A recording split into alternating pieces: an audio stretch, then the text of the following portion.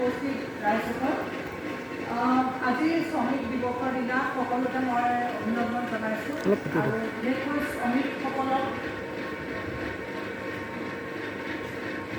শ্ৰমিকসকলৰ এইটো দিন অতি তাৎপৰ্যপূৰ্ণ দিন, কাৰণ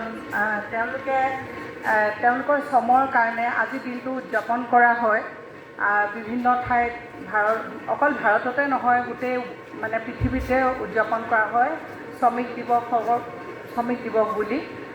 আজি আমি এক গুৰুত্বপূৰ্ণ আৰু তাৎপৰ্যপূৰ্ণ দিন 1 মে'টো অৰ্থাৎ আন্তৰ্জাতিক শ্ৰমিক দিৱস উদযাপন কৰিবলৈ ইয়াত একত্ৰিত হৈছোঁ।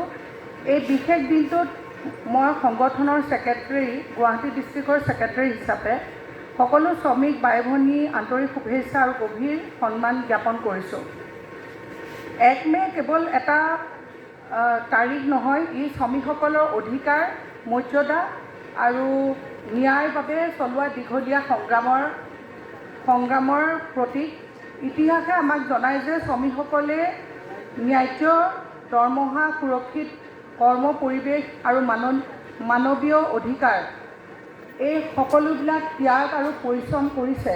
সেই ত্যাগ আৰু সংগ্ৰামৰ ফলতে আজি আমি অধিক সুৰক্ষিত আৰু উন্নত কৰ্ম পৰিৱেশ লাভ কৰিছোঁ।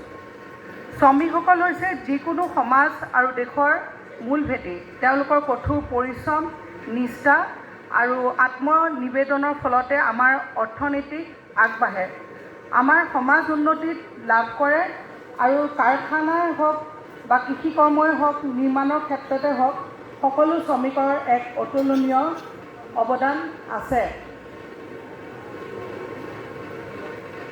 তথাপিতো আজি বহু শ্ৰমিকে বিভিন্ন সমস্যাই জৰ্জৰিত আৰু তেওঁলোকে ন্যায্য প্ৰাপ্তিৰ বাবে বহুত বাধাৰ সন্মুখীন হয়। সেইকাৰণে আমি সকলোবোৰ ওলাই আহিছোঁ যাতে তেওঁলোকৰ অধিকাৰ আৰু তেওঁলোকৰ সমান মৰ্যাদা যিখিনি হয়, তেওঁলোকক আমি ন্যায় দিবৰ কাৰণে আজি আমি দৃঢ় প্ৰতিজ্ঞ হৈছোঁ আৰু ইয়াকে কৈ মোৰ বক্তব্য সামৰণি মাৰিছোঁ।